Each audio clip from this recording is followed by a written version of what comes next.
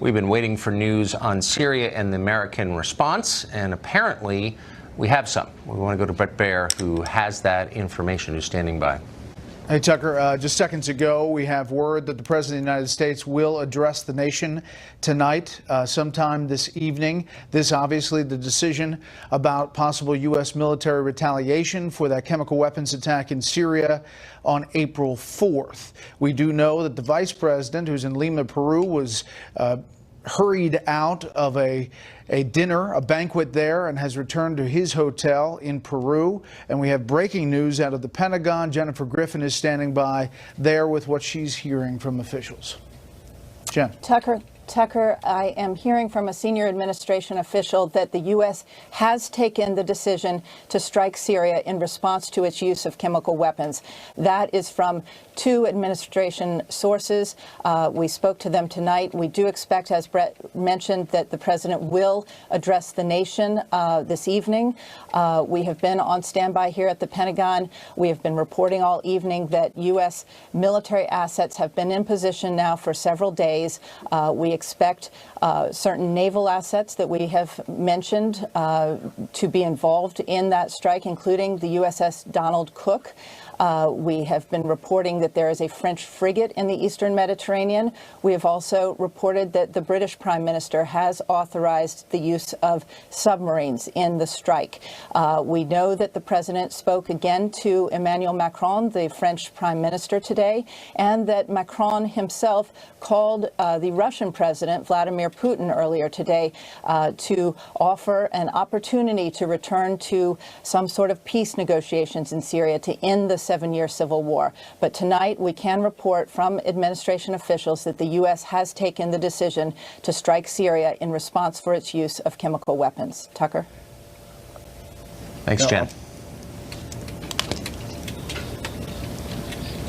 Okay, Tucker, just to follow up, this, remember, is just 1 year after the U.S. struck in Syria, April 7th, 2017, 59 Tomahawk cruise missiles from 2 Navy destroyers in retaliation for the sarin nerve gas attacks then. So we are now 1 year later, and it appears, as Jen is reporting from 2 different officials, that the decision has been made to move forward with this strike. What exactly that looks like and how different it may be from the 59 Tomahawk cruise missiles a year ago, we don't know. John Roberts is on the north lawn of the White House with what he's hearing there. John?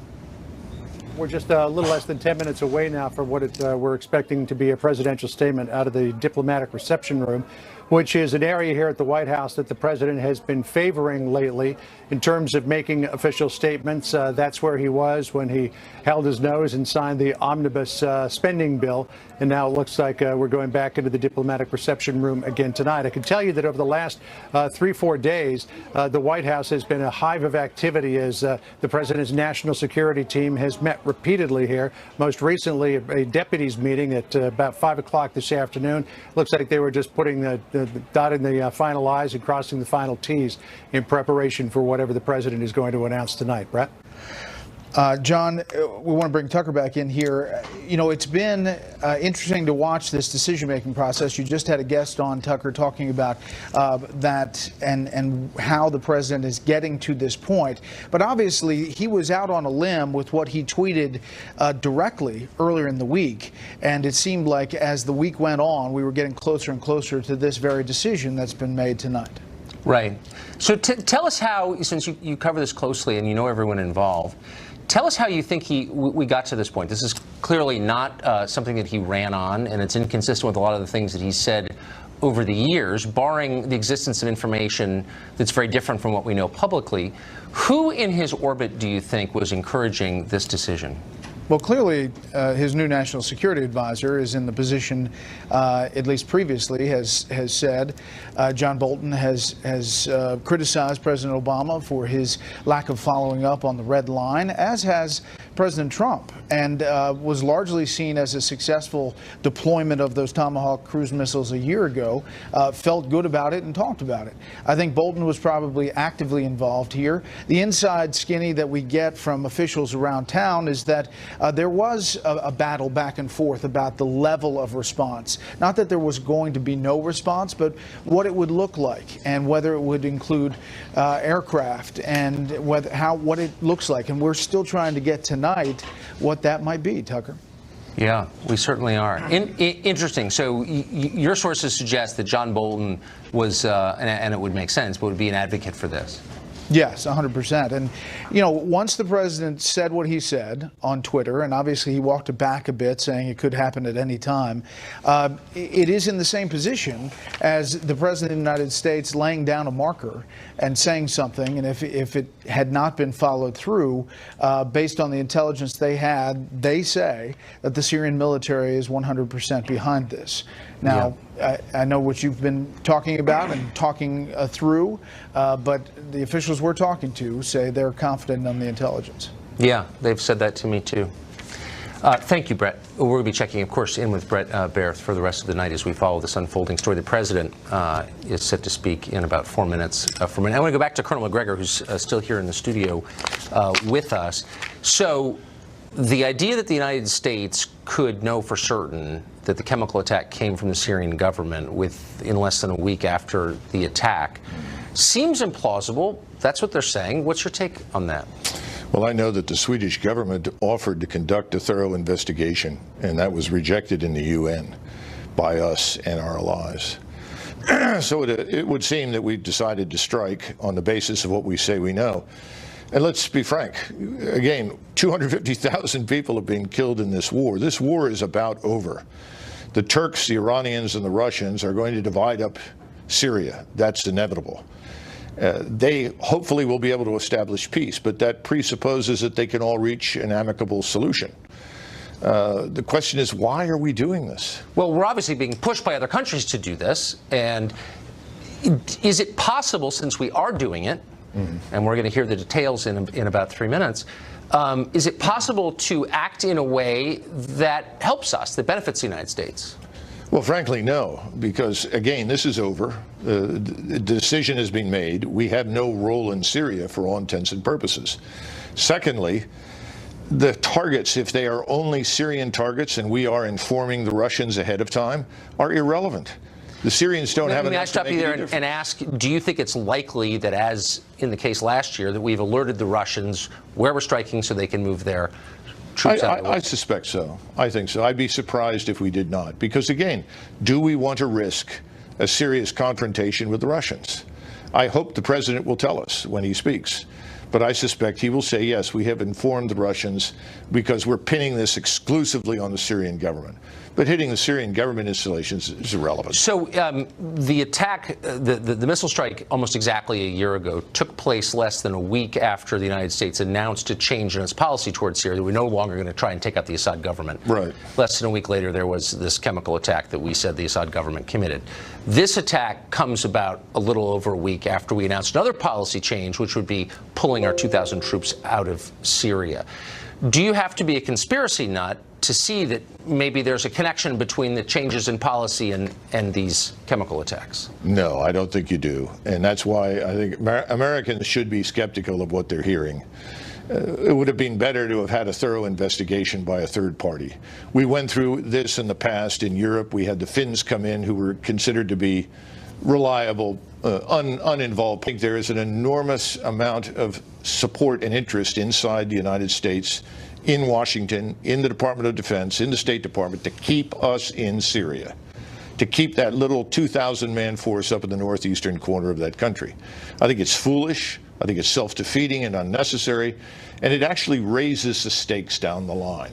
I think we should get out. I agree with the president. It also raises the question, who's in charge? I mean, you can elect a president on the basis of one thing, and you find out that, you know, the person you voted for is not really in charge. Well, the swamp seems to be everywhere. Yeah, it does. Of course, there's a lot going on, and we're going to relinquish this show, but Fox coverage, of course, will continue.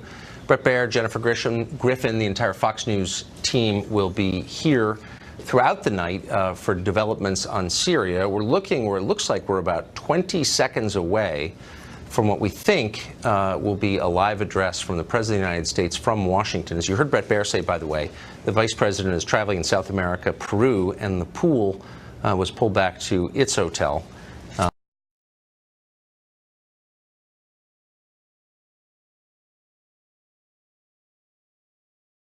Talking about an answer coming all week, Brett. Sean, that's right. And two senior officials are saying that decision was made this evening with his national security team that U.S. military strikes will go forward in Syria. What those look like, we don't know. The USS Donald Cook, a Navy destroyer, is in the Eastern Med.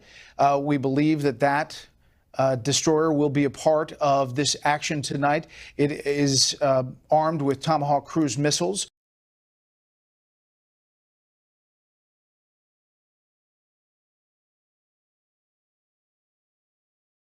And President Trump, struck about a year ago. And you look at these images, and it literally takes your breath away that this has now happened again. Again, we're looking at, well, here's the president.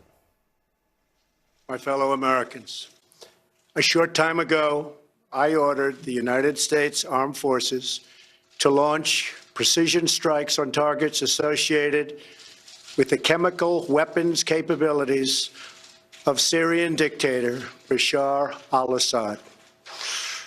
A combined operation with the armed forces of France and the United Kingdom is now underway. We thank them both. Tonight, I want to speak with you about why we have taken this action. 1 year ago, Assad launched a savage chemical weapons attack against his own innocent people. The United States responded with 58 missile strikes that destroyed 20% of the Syrian Air Force. Last Saturday, the Assad regime again deployed chemical weapons to slaughter innocent civilians, this time in the town of Douma, near the Syrian capital of Damascus. This massacre was a significant escalation in a pattern of chemical weapons use by that very terrible regime. The evil and the despicable attack left mothers and fathers, infants and children thrashing in pain and gasping for air. These are not the actions of a man. They are crimes of a monster instead. Following the horrors of World War I a century ago, civilized nations joined together to ban chemical warfare. Chemical weapons are uniquely dangerous, not only because they inflict gruesome suffering, but because even small amounts can unleash widespread devastation. The purpose of our actions tonight is to establish a strong deterrent against the production, spread, and use of chemical weapons. Establishing this deterrent is a vital national security interest of the United States. The combined American, British, and French response to these atrocities will integrate all instruments of our national power, military, economic, and diplomatic. We are prepared to sustain this response until the Syrian regime stops its use of prohibited chemical agents. I also have a message tonight for the two governments most responsible for supporting, equipping, and financing the criminal Assad regime. To Iran and to Russia, I ask, what kind of a nation wants to be associated with the mass murder of innocent men, women, and children? The nations of the world can be judged by the friends they keep. No nation can succeed in the long run by promoting rogue states, brutal tyrants, and murderous dictators. In 2013, President Putin and his government promised the world that they would guarantee the elimination of Syria's chemical weapons. Assad's recent attack and today's response are the direct result of Russia's failure to keep that promise. Russia must decide if it will continue down this dark path or if it will join with civilized nations as a force for stability and peace. Hopefully, someday we'll get along with Russia and maybe even Iran, but maybe not. I will say this: the United States has a lot to offer. With the greatest and most powerful economy in the history of the world. In Syria, the United States, with but a small force being used to eliminate what is left of ISIS, is doing what is necessary to protect the American people. Over the last year, nearly 100% of the territory once controlled by the so-called ISIS Caliphate in Syria and Iraq has been liberated and eliminated. The United States has also rebuilt our friendships across the Middle East. We have asked our partners to take greater responsibility for securing their home region, including contributing large amounts of money for the resources, equipment, and all of the anti-ISIS effort. Increased engagement from our friends, including Saudi Arabia, the United Arab Emirates, Qatar, Egypt, and others, can ensure that Iran does not profit from the eradication of ISIS. America does not seek an indefinite presence in Syria under no circumstances. As other nations step up their contributions, we look forward to the day when we can bring our warriors home, and great warriors they are. Looking around our very troubled world, Americans have no illusions. We cannot purge the world of evil or act everywhere there is tyranny. No amount of American blood or treasure can produce lasting peace and security in the Middle East. It's a troubled place. We will try to make it better, but it is a troubled place. The United States will be a partner and a friend, but the fate of the region lies in the hands of its own people. In the last century, we looked straight into the darkest places of the human soul. We saw the anguish that can be unleashed and the evil that can take hold. By the end of World War I, more than 1 million people had been killed or injured by chemical weapons. We never want to see that ghastly specter return. So today, the nations of Britain, France, and the United States of America have marshaled their righteous power against barbarism and brutality. Tonight, I ask all Americans to say a prayer for our noble warriors and our allies as they carry out their missions. We pray that God will bring comfort to those suffering in Syria. We pray that God will guide the whole region toward a future of dignity and of peace. And we pray that God will continue to watch over and bless the United States of America. Thank you and good night. Thank you. All right, that was the president tonight announcing that he has approved U.S. military strikes in Syria against the Assad regime in light of what has happened with the chemical weapons attack against innocent men, women, and children. The president having very, very strong words and a direct message to Russia and Iran, and the president also notifying the U.S. and the American people tonight that it was a coalition of the willing, including Great Britain and France. From the White House tonight, our own John Roberts is standing by. John. And we have not verified this, but a reporter from Agence France Presse is reporting that huge blasts are being heard in Syria's capital of Damascus tonight. And if that, in fact, is the case, Sean, then this would be a very different attack than the one from the 6th into the 7th of April of last year, when the United States hit targets in an airfield from which the last big chemical weapons attack was launched with some 58 cruise missiles. This sounds like it's going after government targets right in the heart of the city there. The president has been deliberating all week about what to do, hearing from his advisors on grander plans, smaller plans, what they think the response should be. And it appears as though the president has chosen something that really is going to send a message, Sean, to the Assad regime to say, we've got your number here. You better stop what you're doing or you're going to lose everything. The problem is, though, is that you can't take away everything from Assad, because then you'd leave a power vacuum in a place that can not afford a power vacuum. So the president has to act very not only tactically but strategically as well here to really give him a smack upside the head, but then at the same time make sure that he doesn't send the whole thing crumbling into the abyss. The president also with a very strong message to Russia and Iran tonight, saying that you should not stand with this murderous dictator anymore. The president described as a monster a little while ago. He said these are not the actions of a man, these are the actions of a monster.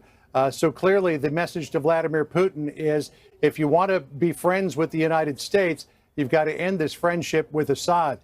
Very early on in the going here, Sean, again, reports from Agence France-Presse that there are large blasts that are being heard in the capital city of Damascus tonight. We don't know what they're hitting, but clearly it's something designed to hit very close to home for Bashar al-Assad.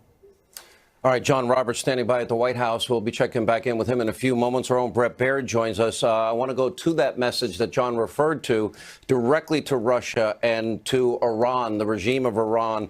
You know, what nation would want to be associated with? And the president ending his remarks tonight about the coalition that has been formed between Great Britain and France and this attack on Syria tonight, about it's a battle against barbarism and brutality, Brett.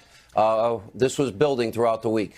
Yeah, I think those two lines, Sean, stuck out to me, too, when he talked about Assad and the crimes of a monster, and then directly talking to Russia and Iran about what kind of nation wants to be associated with this mass murder. The linkage between France and Great Britain, the president speaking to the British Prime Minister numerous times, Theresa May, also the French President Macron, who is actually the first state visit here in just coming days. Now, this coalition launching what we believe are Tomahawk missiles. We are now being told that the Pentagon will have a briefing at 10 p.m. Eastern time. We expect that to show and perhaps show us specifically what strikes at the president called targeted strikes associated with Syria's chemical weapons program. The last time the 59 Tomahawk missiles last year dealt with the ability of Syria to get their airfield, a specific airfield where those strikes last year, the chemical weapons attacks had come from. This sounds like the potential, if it's near Damascus, could be bigger as far as the number of targets hit, but we expect to get that at the top of the hour. And I think the president really reiterated what he'd said earlier in a tweet, that he does not want to have some long-term presence in Syria. He wants to get the military out when they can, but there was not a timeline, Sean, in this message tonight, and it's clear that he is sending a signal directly after the April 4th chemical attacks. It was also interesting how he talked about these weapons with a great amount of emotion when he talked about, you know, the crimes being used by monsters, and after World War I, and then just how they unleashed widespread devastation, and how he said tonight we must stop the production and use of all of these chemical weapons. Yeah, and remember that Russia had pledged to get, as part of this deal with the Obama administration, to get the chemical weapons out of Syria. That clearly did not happen. And when they have been used, we're told by several officials that there are dozens and dozens of times when there have been not only chlorine bombs, but chemical weapons attacks of some kind, and that the UN has been tracking all of this, and the U.S. obviously on the ground believing that they have evidence that they're going to lay out specifically, much of it classified, how they get it, that Syria's military and air force is behind this. All right. Thank you, Brett Baer. We'll be checking in with you throughout the evening. Joining us now is Jennifer Griffin. She's at the Pentagon tonight. The president said a precision strike on targets associated with chemical weapons capability of the Syrian dictator Assad, a combined operation with the armed forces of France and Great Britain. Jennifer, sounds like the precision attack sounds very strategic, that perhaps maybe they know where these locations are. Certainly militarily, they're looking at the Syrian military. Well, that's right. They will be looking at the Syrian military as well as chemical weapons capabilities. That's what the president said. I'm told from a senior military official who has briefed the president in the past a year ago when he first saw those images of a chemical weapons strike, those children and women who were writhing in pain from not being able to breathe from the nerve agents that were used, or the chlorine that was used at the time. And I'm told that the president was extremely emotional when he saw those initial videos. And that is, you heard in his voice this time around, the same kind of emotion as he laid out very calmly his case for why the U.S., Britain, and France had to respond to this chemical attack. We've been reporting in recent days about the U.S. assets that are in the region, that are in position. The USS Donald Cook, expected them to have been in play. They had 75 Tomahawk missiles on board that destroyer, which is in the eastern Mediterranean. It was joined by a French frigate. We have reported that they had 12 cruise missiles on board, as well as some surface-to-air missiles to protect those ships. Remember, in recent days, Sean, a Russian admiral, as recently as this morning, had said that Russia would strike back at any U.S. warships that and named the Donald Cook by name if they struck Syria. We also have been reporting that there are two U.S. warships in the Red Sea, south of Israel, in the Red Sea, that are in play tonight. The USS Monterey, the USS Laboon. We had been withholding their names at the request of the Pentagon, but we do know that they are in position. What we don't know at this point is whether any aircraft are involved in these strikes. The explosions that are being reported on Twitter in downtown Damascus suggest that the U.S. and its allies will be exacting a price from President Bashar Assad himself. And if you look at the strike a year ago, when those 59 Tomahawks, 58 airstrikes, as the president mentioned, they had targeted just one base, the Shayrat base, where the chemical weapons attack occurred a year ago. But that only took out 20% of President Bashar Assad's aircraft at the time, and within 24 hours they were flying. His Air Force was flying again. And so in order to provide a deterrent, this is going to have to be a stronger signal. And at this point, we will know more at the top of the hour when the Pentagon briefs us on what some of those targets were. And Jennifer, the Russia has been blocking UN condemnation, even accusing the UK of using chemical weapons. And I think the earliest indication we had this week that something was going down is Russia had pulled out all of their vessels from the area. And when you talked about and mentioned saber rattling from Russia, really was from Moscow, not from Putin himself, correct? Well, we've been hearing it from very senior Russian officials, whether it was Sergei Lavrov, his foreign minister, as well as the top General Gerasimov. He made a certain threat, as well as the Russian ambassador to the UN and the Russian ambassador here in the U.S. So very, very top officials who speak for Vladimir Putin were issuing those threats to the U.S. But again, the U.S. military has force protection in place, and so they did not take those threats very seriously. And any threats to shoot down the Tomahawks or the missiles, the incoming cruise missiles, the Russians also have those S-400 air defense systems, and they can fire off missiles from inside Syria. But again, the sheer number of Tomahawks that the U.S. and its allies have in position, and cruise missiles, they would easily overwhelm that kind of air defense system. Sean. All right, Jennifer Griffin at the Pentagon tonight. The president obviously concerned about the spread of the chemical weapons if the United States doesn't act here. They are especially worrisome because they are so simple and easy to produce, and the devastation is beyond comprehension, as we were showing videos of earlier. We check in with Mike Tobin tonight. He is in Jerusalem with the very latest. Mike, what's going on there? Well, Sean, so far what we're getting really through the wire services reports of loud explosions in the city of Damascus. I'm getting that from some third-party information as well. The Associated Press is talking about bright flashes in the city of Damascus and smoke over the city. Reuters is a little more specific, saying that the smoke is over the eastern part of the city there. We're hearing information that chemical weapons facilities are being targeted. It would be very difficult at this stage for people on the ground to be able to tell what exactly is being targeted and what facilities are being hit. So quite possibly they're just extrapolating from what they heard the president say just a short time ago. We do know really through local media and from our own sources here in Israel that the Israeli intelligence services have been sharing information with the U.S. in terms of targets. In terms of helping them pick targets along the way, or at least identify targets. There's every indication that the Israelis don't want any part of this particular fight, given all the complexities of the people who are on the ground in Syria and the different alliances, just what a tinderbox that could cause out here. But the latest information that we have right now is just reports of loud explosions in the city of Damascus. More specifically, according to Reuters, over the eastern part of the city, there's a lot of smoke there. Sean? All right, Mike Tobin in Jerusalem tonight, joining us now for reaction to this developing news. Fox News national security strategist Sebastian Gorka, retired Brigadier General Tony Tata, former senior intelligence officer Lieutenant General Tony Schaefer. Dr. Gorka, I begin with you. You know, sometimes I think countries act because it's the right thing to do.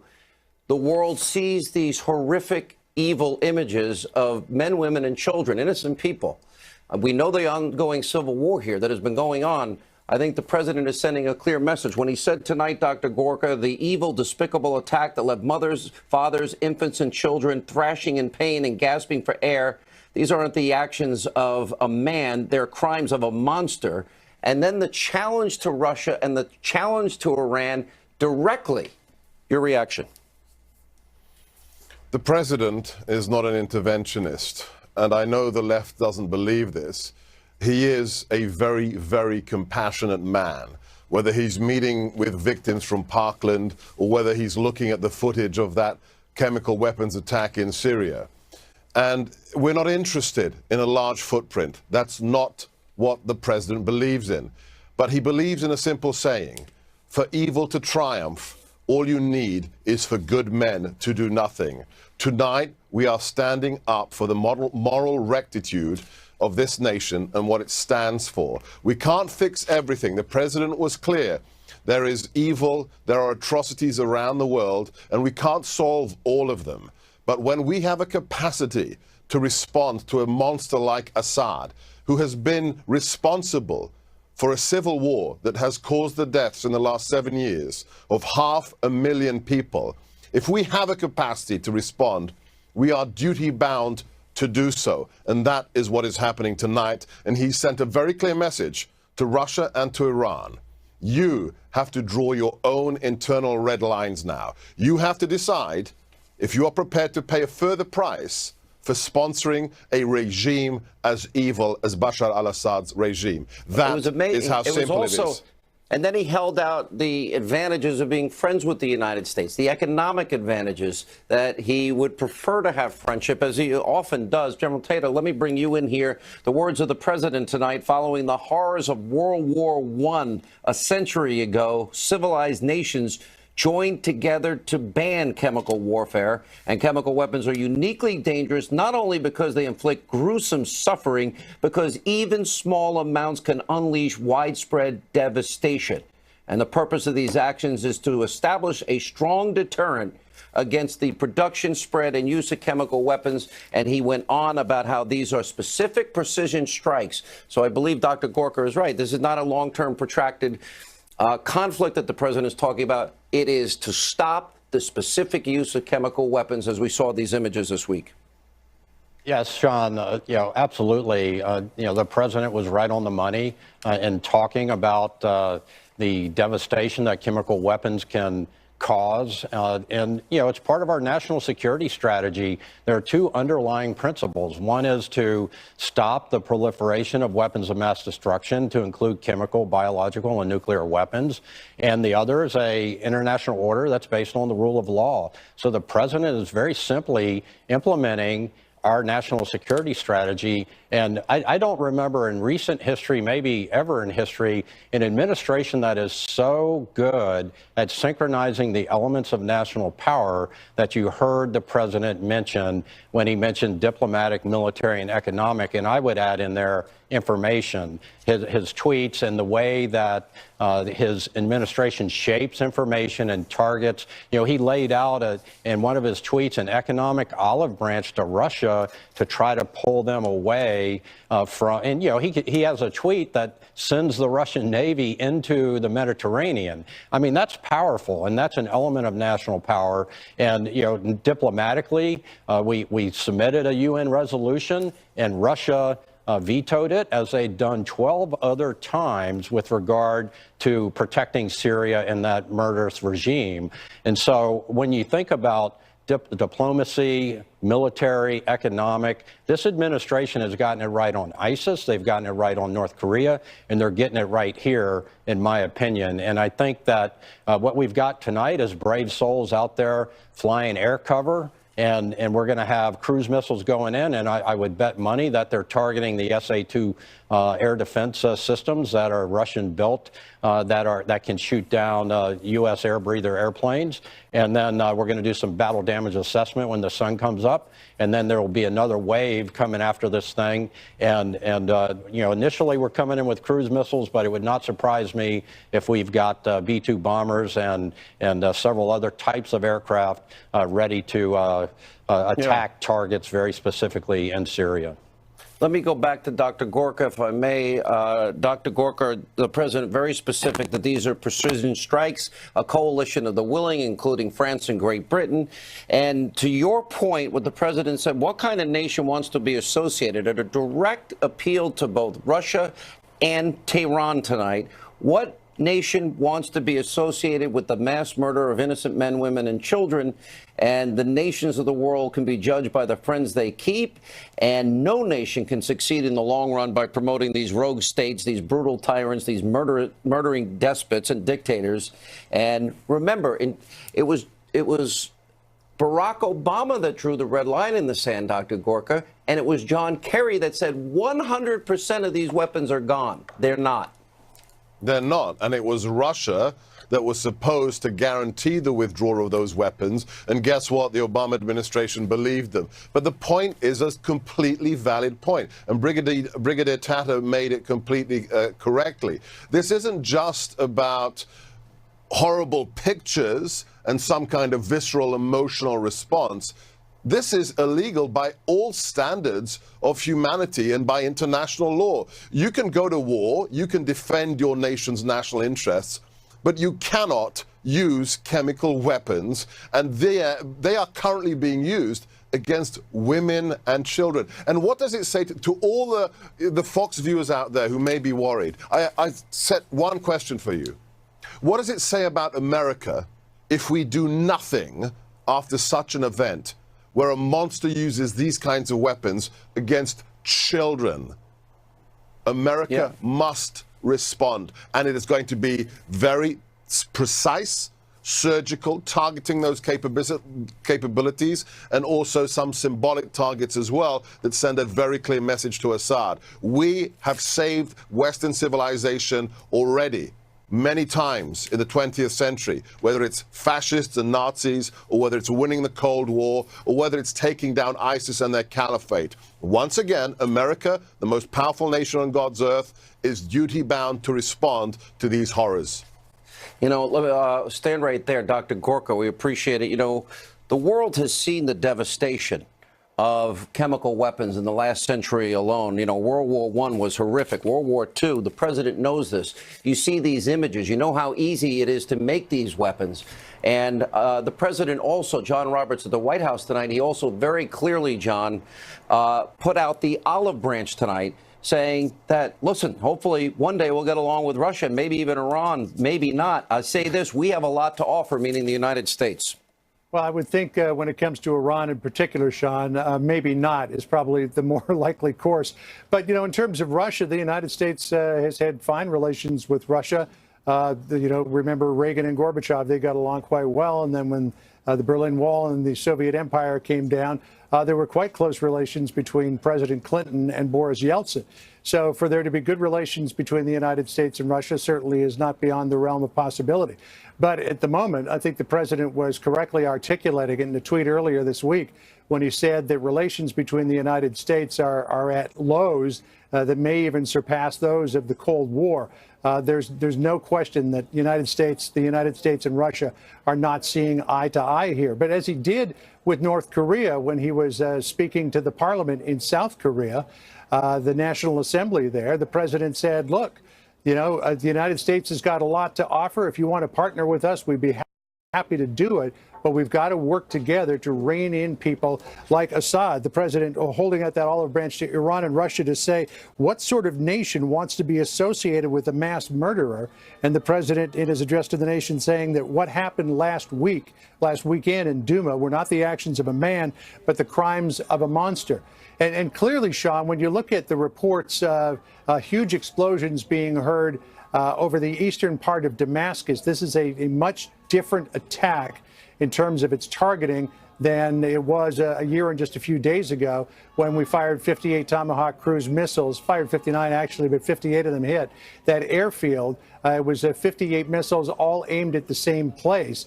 This time around, we seem to have missiles. We don't know how many yet have been fired. We'll hear that from the Pentagon soon, but all aimed at much more sensitive targets designed to really send a message to Bashar al-Assad that we've got your number and you'd better stop what you're doing or it could be all over for you. The president has been mulling over this decision for the last 5 days. He went out on a little bit of a limb early on last weekend, saying that banned chemical weapons had been used. But it seems, though, in the last few days that the president was correct about his assessment. Emmanuel Macron saying yesterday that France has proof that chemical weapons were used. James Mattis a little more equivocal in his statements on that front, but the president confident enough tonight, Sean, that he has launched this, what appears to be a massive attack against Syria and some very, very sensitive targets right there in Damascus. Just watching Twitter here tonight, Agence France Presse is talking about explosions. The AP now talking about explosions. I looked at one Arabic Twitter channel that was saying that Syria is claiming to have shot down some Tomahawk missiles. And of course, all of this in the early going, none of it fully confirmed just yet. Things are happening very, very quickly. But there's no question that something that I would say is on the scope of massive is happening right now in Syria. Sean? All right, John Roberts, thank you. Stand by. We'll get back to you in a minute. At the Pentagon tonight, Jennifer Griffin, when the president said tonight that they have rebuilt these relationships with these countries in the Middle East, Jennifer, this is really an important fact that we have missed out of fear of Iranian hegemony in the region, and obviously their relationship, or the Iranians with the Russians. You see what might have been unthought of just a number of years ago, and that's a coalition that has emerged between Israel, the Jordanians, the Egyptians, the Saudis, the Emirates, unprecedented cooperation and a new alliance emerging. Well, it's interesting. That alliance really came together and coalesced around the fight against ISIS. But look at where the U.S. has air bases. The U.S. has a large air bases in Qatar as well as UAE. There are, and then, of course, there's the Incirlik Air Base in Turkey. We've just learned, Sean, from U.S. defense officials that B-1 bombers were used in these strikes. That's the first we've heard that aircraft, that the Air Force was involved. Those B-1 bombers typically fly out of Qatar, and those B-1 bombers would be coming in, their stealth, and they would be coming into those Damascus suburbs, if you will.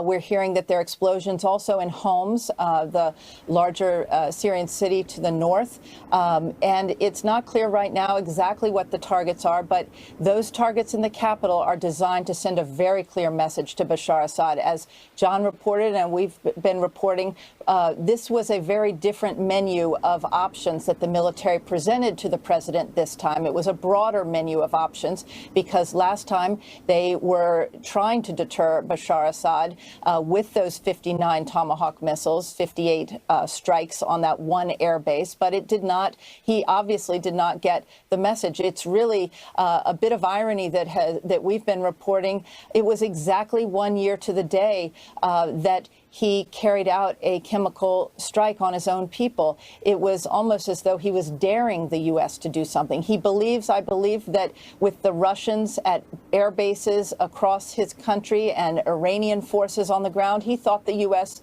would not strike. But you heard Mike Pompeo at his confirmation hearing to be the next Secretary of State actually taunt the Russians and say, look, the U.S. killed hundreds of Russians not long ago on the ground in Syria when they challenged a U.S. base out in the eastern part of the country. So it's clear that the U.S., French, and British were not going to stand by and allow these chemical weapons to be used. We will get a bomb damage assessment at some point. It'll probably take until first light before the Pentagon can actually see with satellites and other imagery what they actually hit. But it was notable, Sean, that the president said that this would be a sustained effort of military, economic, as well as diplomatic effort, a sustained effort to stop Bashar Assad from using chemical weapons ever again. Does that mean that this goes on in the coming days? It's notable that the French president reached out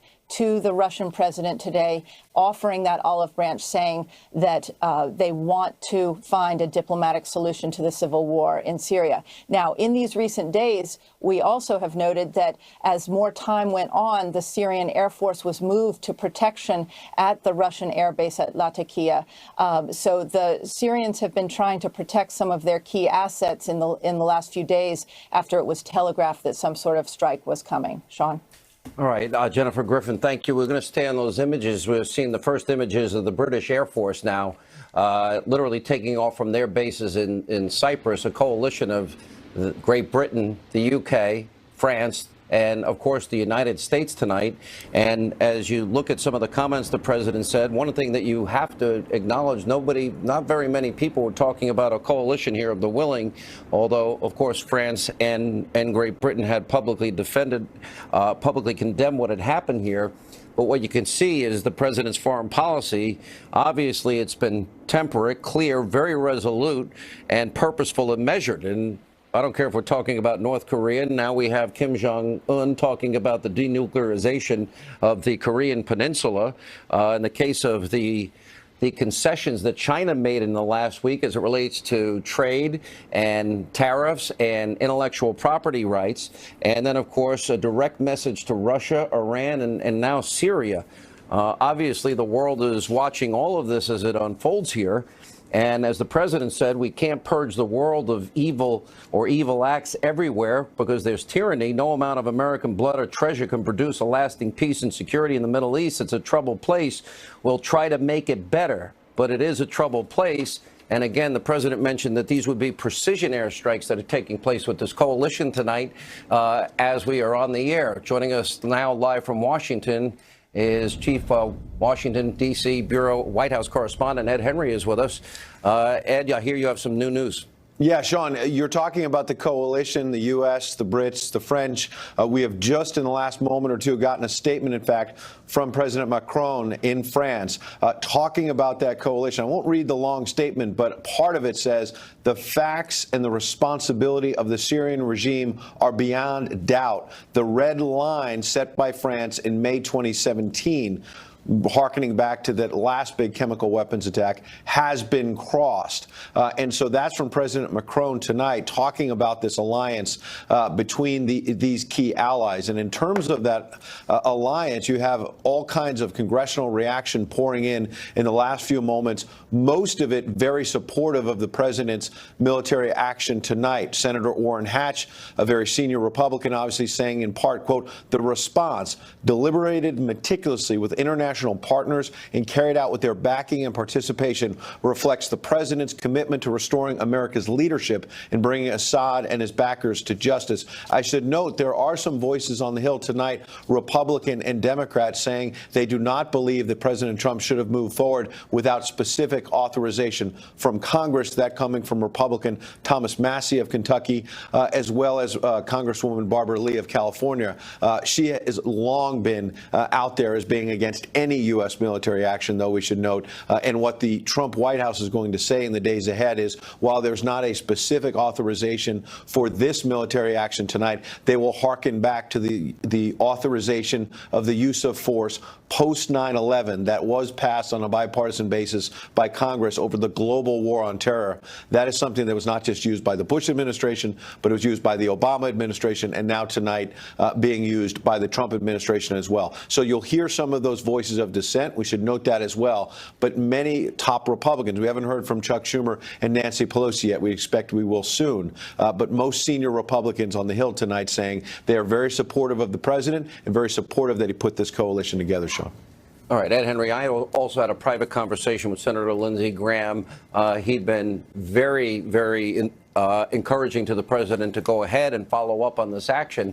Here now with more reaction is Lieutenant Colonel Oliver North. Colonel North, President making very clear tonight what this is about. This is about a precision strikes to send a message and a deterrent to stop the use of chemical weapons as the brutality and the evil, and to use the president's own words here when he talked, frankly, passionately tonight about all this, that it is barbarism and brutality on display that we have been witness with men, women, and children.